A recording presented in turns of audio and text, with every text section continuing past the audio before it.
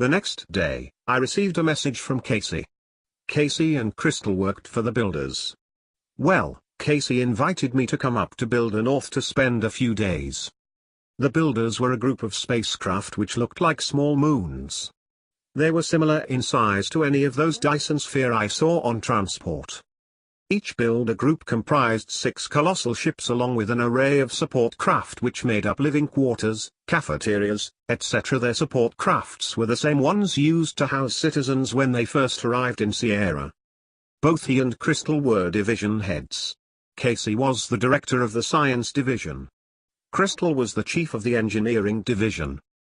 The builders captured planets and set them into proper orbits around promising suns. Casey, as director of the science division, was responsible for sending out scientific expeditions to locate and evaluate potential planets. It was a mission for one who loved to travel in space, as the missions often required years of space travel. They were explorers. It was near impossible to select a prospective planet when you're not sure where you're going. So, the explorer crafts spent months on end traveling at warp speed searching for potential worlds. When necessary, the explorer ship stopped and gave coordinates so transport vehicles could come and ferry crew members home. Once they discovered a desirable planet, the navigator would send coordinates to set a pattern for travel. Crew members could come and go as needed once the transportation satellite was in place. When established, the initial analysis of the prospective world would begin. Casey's division would step in to resolve the following issues. Did it comprise the desirable minerals? The appropriate gravitational strength to maintain an atmosphere? Are there sufficient valleys for vegetation? Are there sufficient depressions to create oceans and waterways? The science division studied all the natural attributes of a specific planet. They would send survey ships out first to map the whole planet. Then, those ships would drop 100 small pyramid-looking sensors all over a prospective planet. The sensors would create a field around the planet and send information back to Casey's department measuring different aspects of the planet.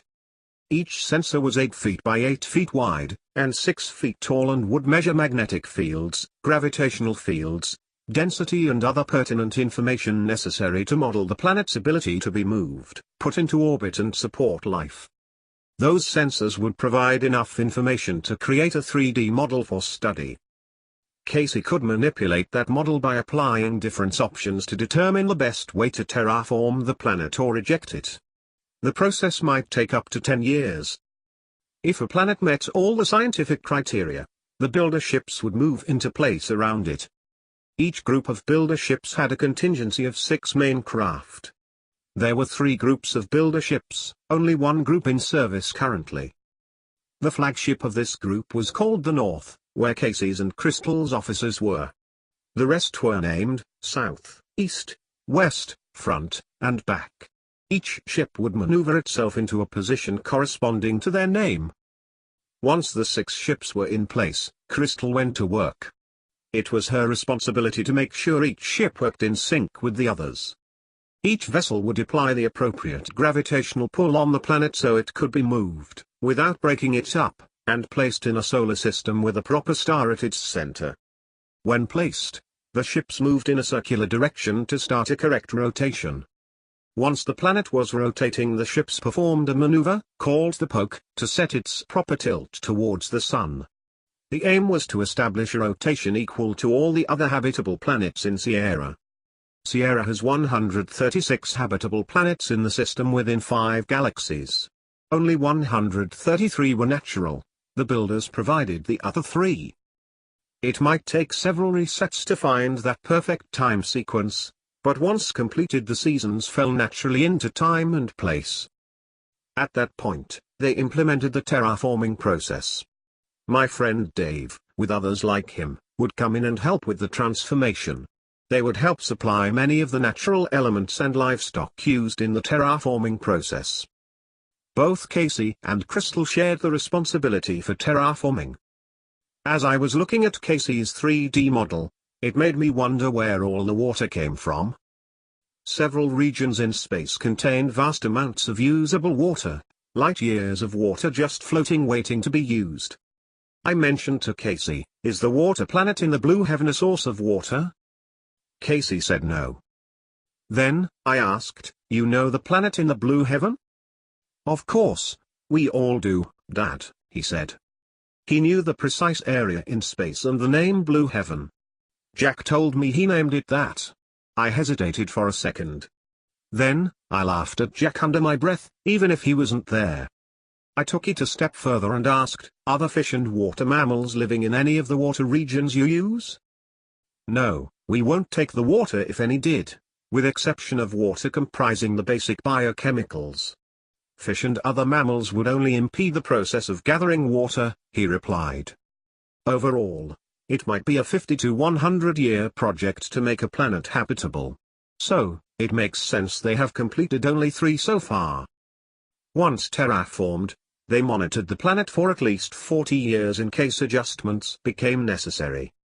Hopefully, the planet would settle into a livable, viable, natural condition within that time frame. When I got the chance to visit with Crystal, she was engrossed in a vital spot of sinking the gravitational pull between the ships and the planet they had been working with below them. I could sense the strain on the ship, and Crystal, as it pulled on the planet. It popped my ears twice. It surprised me by how much time passed to set one of these planets into order. I knew God did it in less than a day, and I suppose other immortals might do it much faster than we do here in Sierra. But, that was the point. Even the first dreams I had of Sierra, I didn't want all of our necessities to be immediately provided. The journey was important. It didn't matter if it took 100 years or a week to complete anything. As long as there was progress, and events were moving along, the people of Sierra worked together. Everyone felt the same way as I did about the journey. Both my kids understood this. Their positions with the builders were menial tasks to them. Each should have been living other lives considered more satisfying to other immortals, but they enjoyed and valued what they were doing. Perhaps, at some point both might move on and do something else. Truthfully, in Sierra, no one even has to work. We used a term to illustrate why everyone does what they do. The term was occupy. We occupied our days, our families, our free time, as it seemed so natural to be busy occupying. Once established, Sierrans settled into millions of ordinary daily routines. Maybe after the millennium, it will be different. Who knows? There are other pertinent reasons for Sierra and the other similar regions out in space. One day, there will be another war on the Earth. That will be the war to end all wars. It will bring the millennium to a conclusion. Because mortal men will come to hate Christ, just like they do in the world now. They will turn on him. Because of rebellion they will hate his rule and despise anything associated with Jerusalem. Nations will march on Jerusalem to destroy it. Evil mortal leaders, with their mortal armies, will fail. God will crush them. When it is over, he will destroy heaven and the earth. Afterward, he will create a new earth with a new heaven, which is why I and many like me trust in Christ now. We trust him because one day he will do away with everything evil. The millennium is only the first step to an eternity of peace and joy. All mortals during the millennium will still have a choice to make. After the wonderful reign of Christ, they will have learned what life should be like, but many will reject him. Fortunately for immortals, the redeemed, the decision has been made. All the immortals accepted Christ before the end of the tribulation. Eventually, death will no longer have its ugly hold on mankind. Then, the restraints which confined men to the earth will, out of necessity due to a flourishing population, be eliminated. Men will push out into the far horizons of space. Sierra will be disclosed to the world. Many will come. Many will follow. Those already living here will be the guides, the leaders to help pioneers acclimate and find their place in the stars. Yet, the earth, Jerusalem, will continue to be the central seat of government throughout the universe, eternally. Fortunately, there was still 794 years of the millennium left until all of that takes place. So, when I wasn't figuring out the universal timeline or adjusting my jaw, I spoke with Crystal, how she liked her work, and how the boys were doing. Her boys were back on Earth running the state of Texas. One or both come to visit her at least once a month. I urged her to bring them by next time they come to Sierra. She said she would. The three of us spent the evening on a barrack ship. It was like a resort. Mostly, you couldn't tell you were on a spacecraft. The upper portion, or dome, made for a faultless natural sky. Pools, lawns, gardens, and trails were new to the stations, since the early days when they housed the families. I liked the new trails. We walked around and stopped at an Italian restaurant for dinner.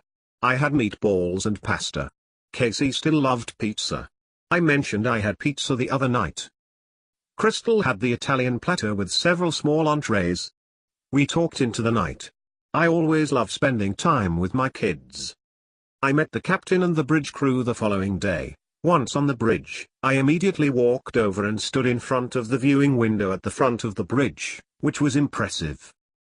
I surprised the captain with my humility, who didn't expect such from the person who, essentially, ran Sierra. Little did he know. I wondered if he might kick me or insult me if I told him I was immortal at the moment, although I had no intention of saying anything as I didn't want to risk it. I will never tire of staring out into space from a window or portal, always entranced. After 2 days, I let them both get back to work and returned home.